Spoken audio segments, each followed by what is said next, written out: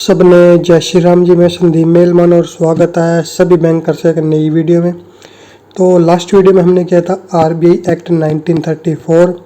इसमें पहले तो हमने उसके जो रोल जो उसका है और जो उसके फंक्शन है वो हमने पढ़े थे। उसके बाद हमने किया था इसके जो इम्पोर्टेंट सेक्शन हमारे पास रहते हैं वो हमने इसके अंदर किए थे।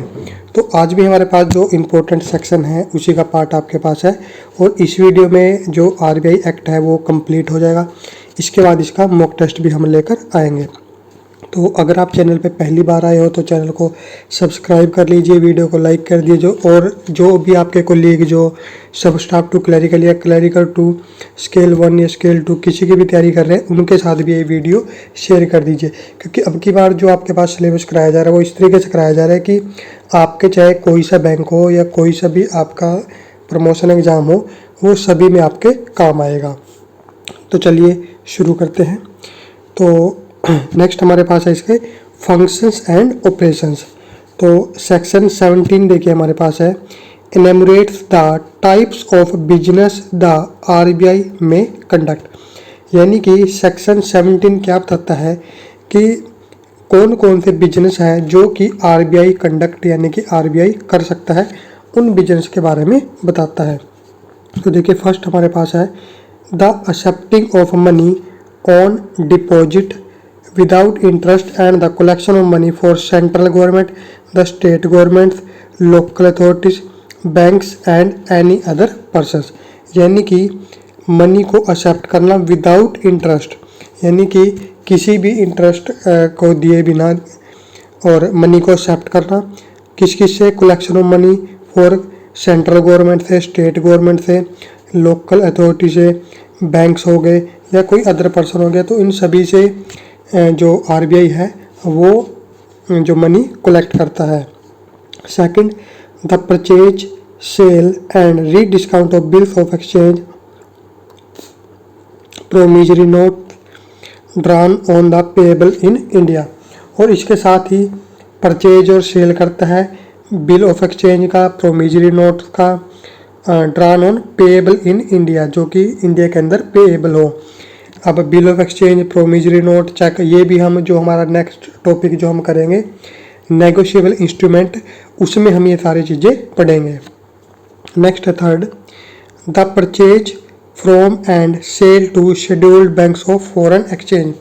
और जो शेड्यूल्ड बैंक्स हैं उनसे फॉरेन एक्सचेंज करता है, फॉरेन एक्सचेंज की सेल करता है और परचेज करता है शेड्यूल्ड बैंक से। नेक्स्ट है four, the making to local authorities, scheduled banks, state cooperative banks and state financial corporations loans and advances repayable on demand or on the expiry of fixed period not exceeding 90 days।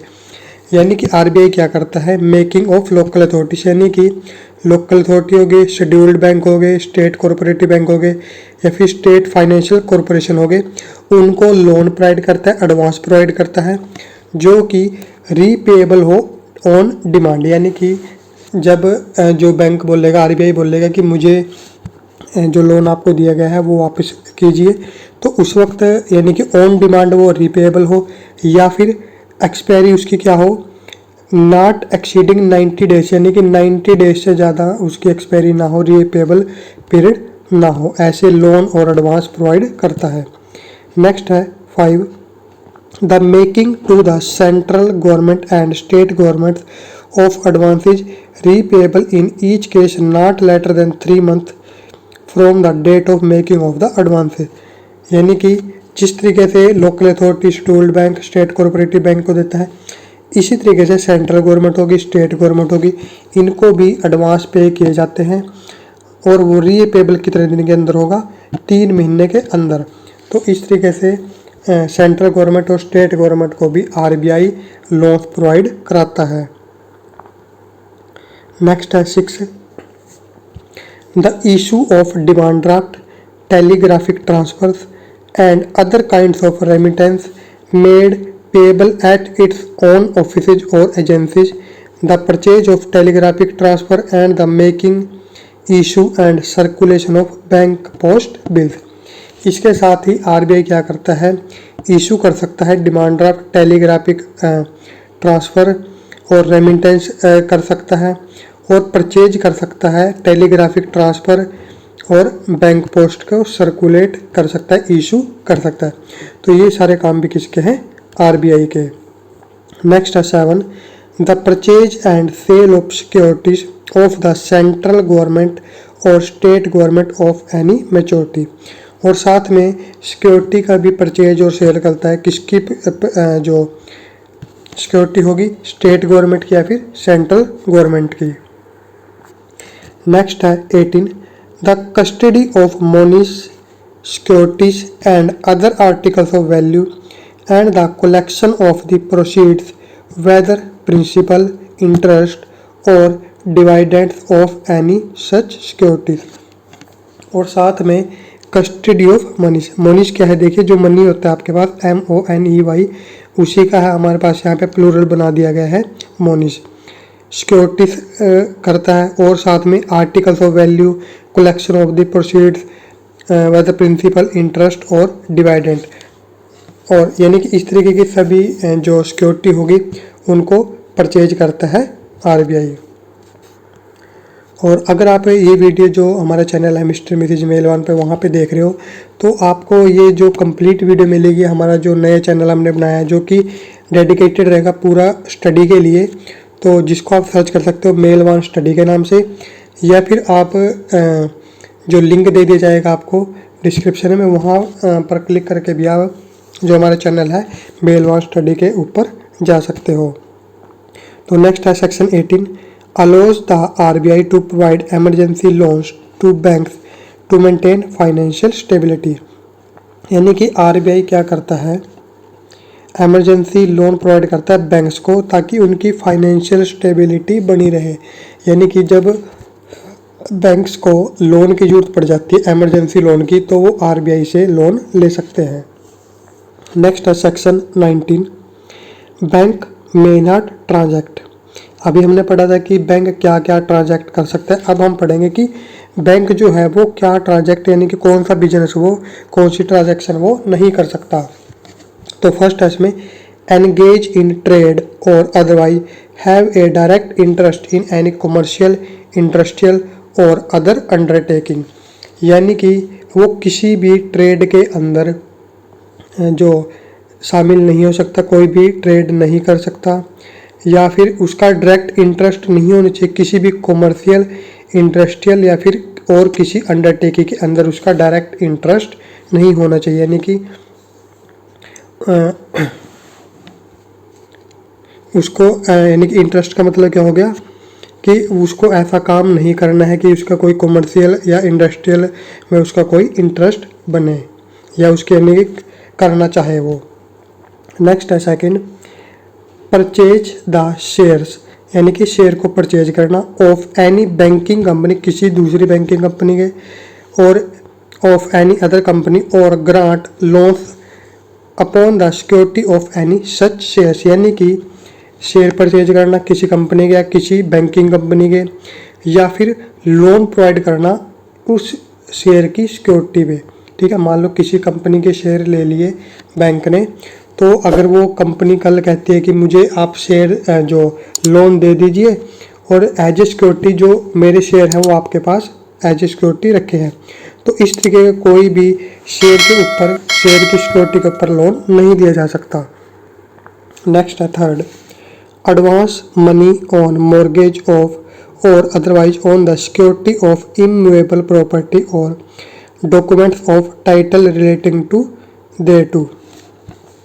Advance money, mortgage या फिर और किसी security पे जो immovable security है उसके ऊपर भी नहीं दे सकते advance money. Next, make loans और एडवांस। उसके बाद ड्रा और accept bills payable otherwise than on demand. यानी कि जो बिल है ड्रा या फिर एक्सेप्ट नहीं कर सकता बिल, कौन से बिल? जो कि ऑन डिमांड पेएबल ना हो। Next, allow interest on deposits और करंट अकाउंट, यानी कि जो करंट अकाउंट है उसके ऊपर इंटरेस्ट नहीं दे सकता। नेक्स्ट है section 20, the bank shall undertake to accept monies for account of the central government and to make payment up to the amount standing to the credit of its account and to carry out its exchange, remittance and other banking operations including the management of the public debt of the union।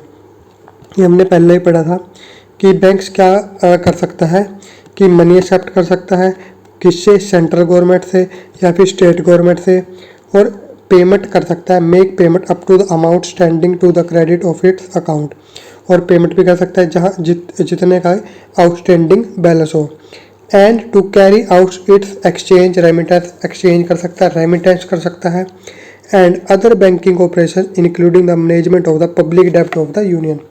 और banking operation क्या होंगे कि जो public डेब्ट होगा government का उसको भी मैनेज कर सकता है। नेक्स्ट है section 21, the central government shell entrust the bank on such condition as may be agreed upon with all its money, remittance, exchange and banking transactions in India and shall deposit free of interest all its cash balance with the bank। यानी कि जो central government है वो bank को क्या सौंप सकती है, कुछ कंडीशन पे सौंप सकती है। क्या चीज़ कि all its money, remittance, exchange and banking transaction in India and shall deposit free of interest all its cash balance with the bank। यानी कि सेंट्रल गवर्नमेंट होगी या फिर स्टेट गवर्नमेंट होगी वो इंटरेस्ट कर सकती है बैंक को, यानी कि बैंक को सौंप सकती है एक एग्रीमेंट बना के, कुछ कंडीशन बना के, अपना सारा मनी, रेमिटेंस, एक्सचेंज और जो बैंकिंग ट्रांजैक्शन होती है इंडिया के अंदर, और अपना जो जितना भी उसका डिपॉजिट है सेंट्रल गवर्नमेंट का, स्टेट गवर्नमेंट का, वो भी वो बैंक के पास डिपॉजिट कर सकती है, आरबीआई के पास डिपॉजिट कर सकती है फ्री ऑफ इंटरेस्ट। नेक्स्ट है section 21A, the bank may be agreement with the government of any state undertake. और जो बैंक है वो एग्रीमेंट जो बनाएगा, एग्रीमेंट करेगा गवर्नमेंट के साथ, किस चीज़ का, all it's money, remittance, exchange and banking transaction in India including the deposit free of interest of all its cash balance with the bank, जो हमने पिछले सेक्शन में पढ़ा उसी का सब सेक्शन है।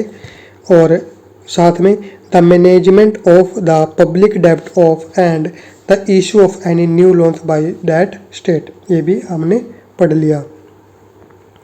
नेक्स्ट हमारे पास इसमें आता है करेंसी एंड लीगल टेंडर। तो देखिए इसमें कौन सा सेक्शन है, सेक्शन 22 हमारे पास है, grants the RBI the sole authority to issue bank notes in India. यानी कि सेक्शन 22 आरबीआई को जो अथॉरिटी देता है, सोल अथॉरिटी। सोल अथॉरिटी का मतलब है कि अकेले आरबीआई को ये अथॉरिटी है इंडिया के अंदर to issue bank notes in India